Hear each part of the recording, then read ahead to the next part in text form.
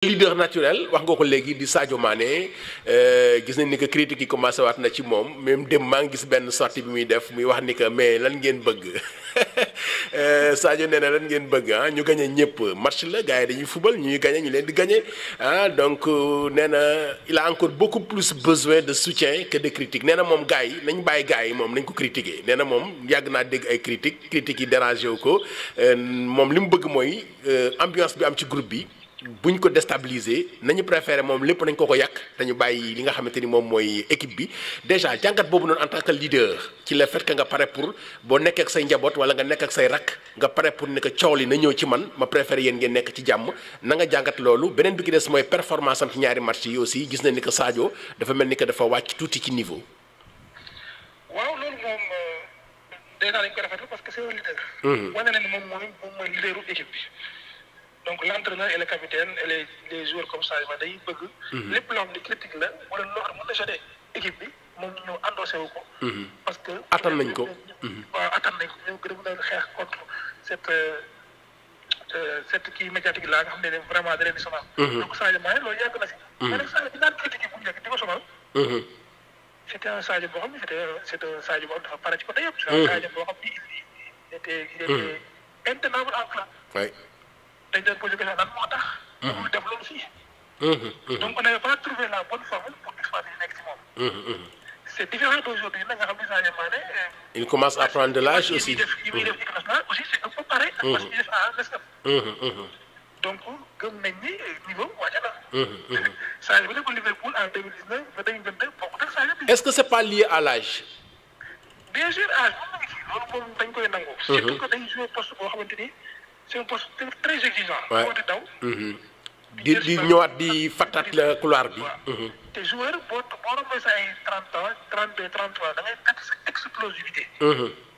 Cristiano Ronaldo bi mu nekkee Milan kii Manchester United. loolu la doon footballé mais bu ñëwee Real xam dafa ko dugal ay bii yu bari dafa bëgg a jouer carrière bu yàgg. dafa commencé même bu jouer sax day tarxis. très intelligent est-ce que xam nga ni que Cristiano Ronaldo boobu bëgguma ñu def dégradé ñu génn ci thème bi mais exemple ki nga wax noonu il a été très intelligent lam doon man ci ndaw nekk fële ca Manchester bi mu demee ba xam ni que mënatu ko par rapport ak âge am dafa gaaw seetlu nga ni mu gaawee pour mu gaaw a adapté wu par rapport ak beneen structure de jeu buy adapté wu par rapport ak âge am bokkul ci li tax mu am longévité ba tey nga yaakaar.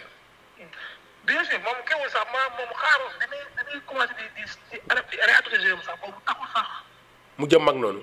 mu jëm mag dafa xam ni fii laa bëgg a jëm. te dama bëgg a yàgg Real bëgg naa dugal ay bii yu bari. donc attaquant bi joué pointe man daf may arrangé. may mën di réaction heure bu ma ko bëggee. ba bi mu demee ba nga xam ne egg nañ en Portugal mu joué carrément en pointe bu fekk nag pare na parce que préparé boppam. en finisseur. ok loolu moom moo tax mu yàgg ci kaw ku mel ni Salah nga moom Sadio Mané yoroon joué ñoom ñaar. mu nekk ci côté benn côté ren gis nañ ko il est toujours dans le couloir mais toppul di daw.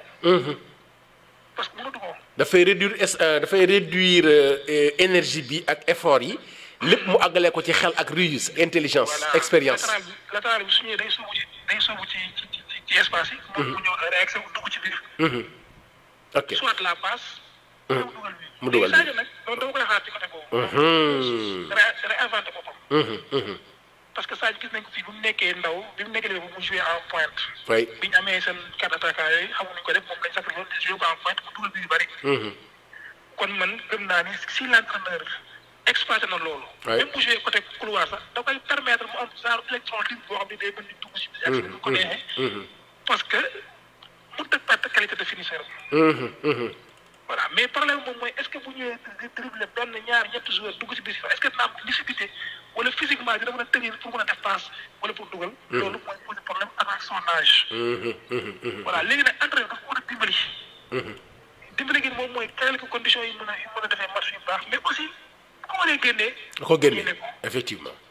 loolu tam lu am solo la parce que su ko bàyyi bi terrain bi day gën a yàq match am. est-ce que nekkul ni que bon xam nga psychologiquement nga am ku mel ni Sadio Mané ci sa équipe mu nekk koo xamante ni nii yaakaar na ni que bu nelawee 89 minutes 90 minutes mën naa yeewu te aussi équipe bi dañ ko di sóoraale adversaire dañ koy sóoraale est-ce que du loolu la effet psychologique boobu.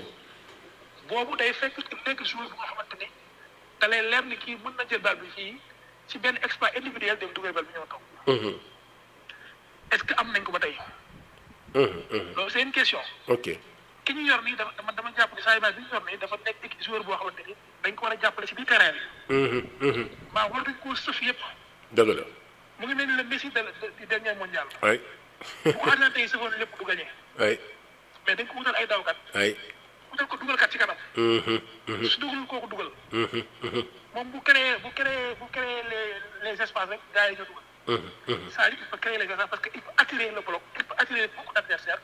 am na mën na passe mais bay def yenn effort yi. loolu su ko créé pour Sadio Mané nañ ko mën na jouer 90 ba mu jeex tànk sol. te du sol effectivement. mais ni ñuy jouer nii nag. il faut beaucoup d'efforts. te dañuy xaar si moom à chaque fois mu def action ñëw dugal. ok te loolu day métti si moom te dina gën a métti si moom. parce que adversaires yi jëm. duñ ko xaar duñ ko may dara. voilà duñ ko may dara ok.